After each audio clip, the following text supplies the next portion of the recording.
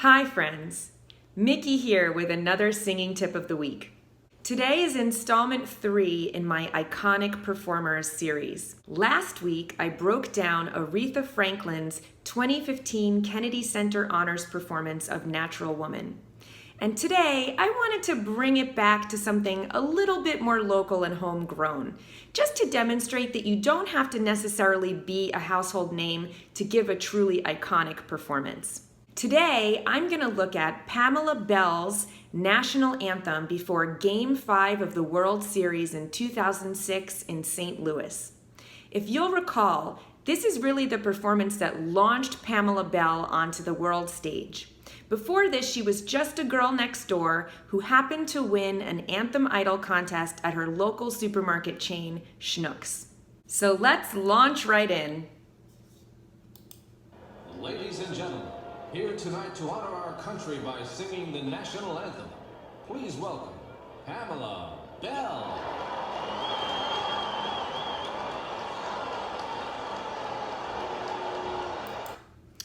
I'm just going to pause it there for a second to note that she looks really confident and excited. It doesn't look like her nerves are getting to her at all.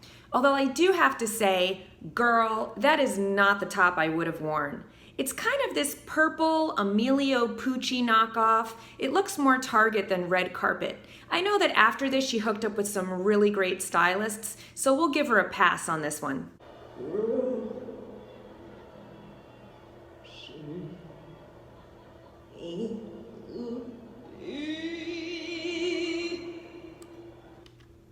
Okay, well I love that first note. It's not that boring old oh. She adds an R in front of it to make it really sexy and cat-like. I'm loving it.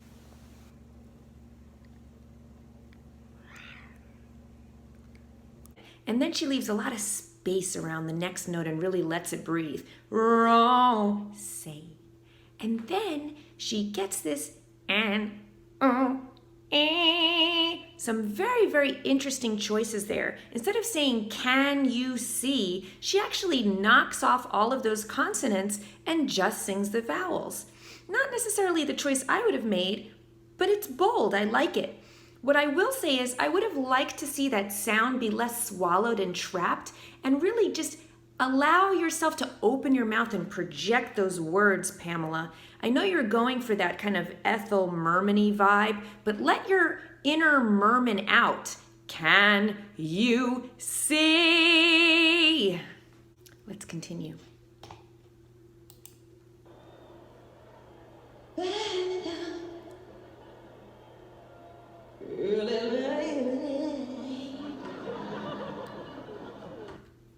So we have that really beautiful gesture here where she actually takes her hand and she just throws those notes away. By the dawns. And then she has her first ornament. She goes into it with a little bit of vocal fry, early, and then light. And this is something that's very typical of Pamela. She tries to compact a lot of notes into a very small space. And I would really like to see that ornament stretched out so that each of those beautiful note choices is more defined. Early light.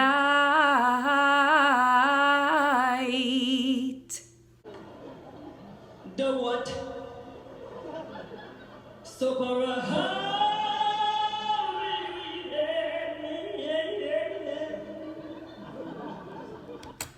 Okay, so this is really an iconic Pamela-ism that we've all come to love her for. That do what? So instead of just doing what and really giving that word emphasis, she adds a D in front of it and makes it into 2 syllables instead of 1, just to give it some more gravitas. Do what? And then she does it again, so proudly we. She gives a few extra syllables in there because you can never have too many syllables.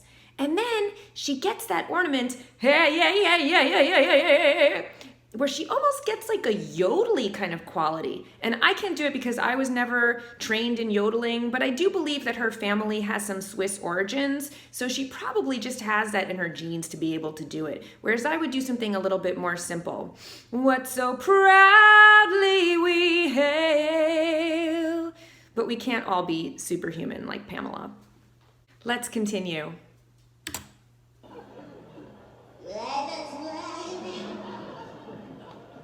Let's play. So this is something that I really think is unique to Pamela.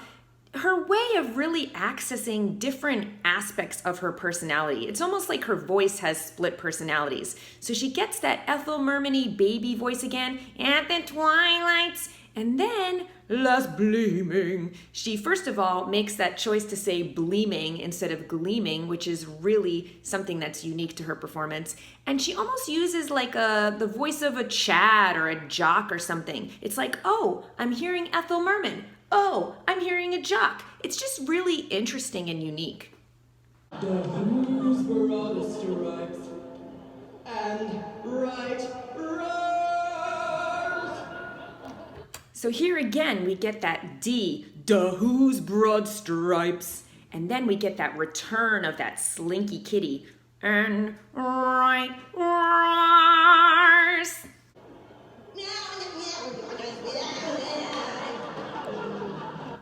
Okay, so now we're really getting into part of the scandal that surrounded this performance. On this line, it's unclear if that was a conscious decision or if she just actually wasn't grounded properly and she was receiving a very strong electrical charge through her microphone on that line.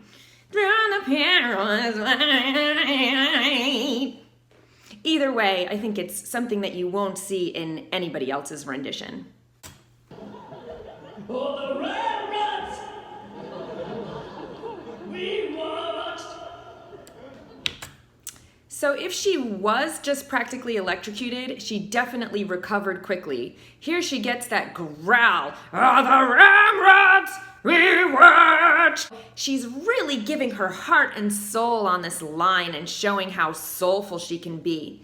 However, she does have a little bit of a flub on the lyrics. She says ramrods instead of ramparts. But you have to remember, so many people have made mistakes in the lyrics of this song, including Christina Aguilera and our very stable genius, all-exalted leader, Donald Trump.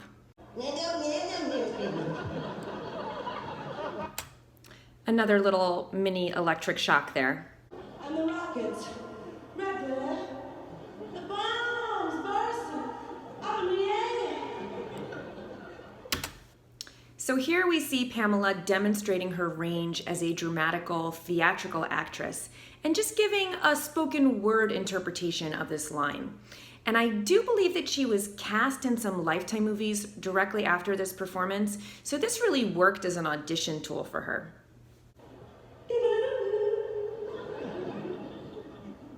Through the night.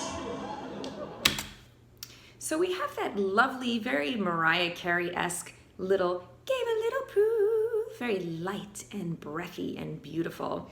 And then she gets that through the night. So again, we have that chesty kind of sexy voice. And instead of giving us a D here, she actually gives us a B, night.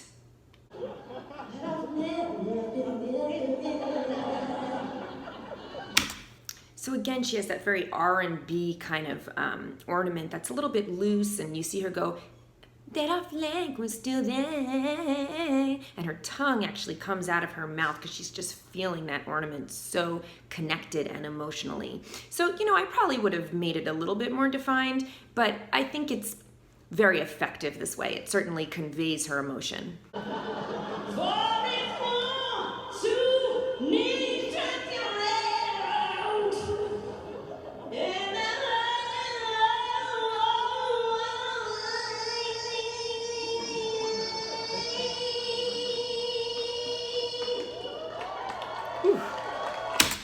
So who else could do something like this? Just quote another song in there.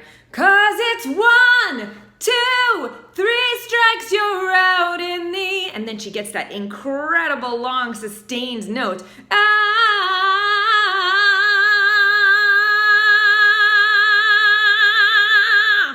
Wow.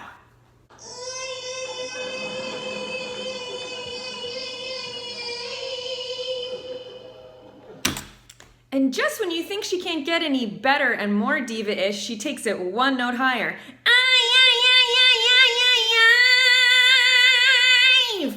Woo! And here comes our big climax.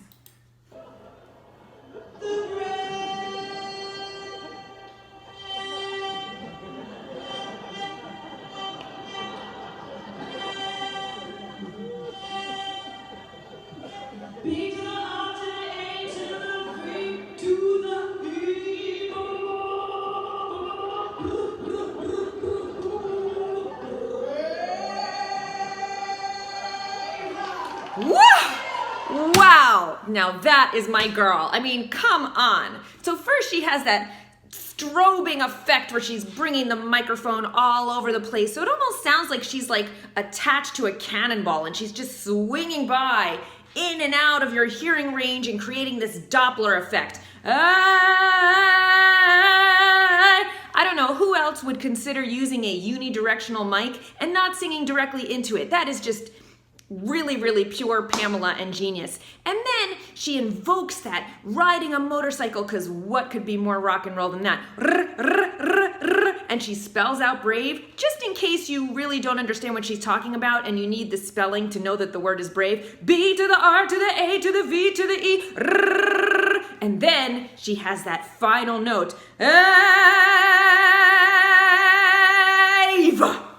I mean, it does not get better than that. I mean, come on.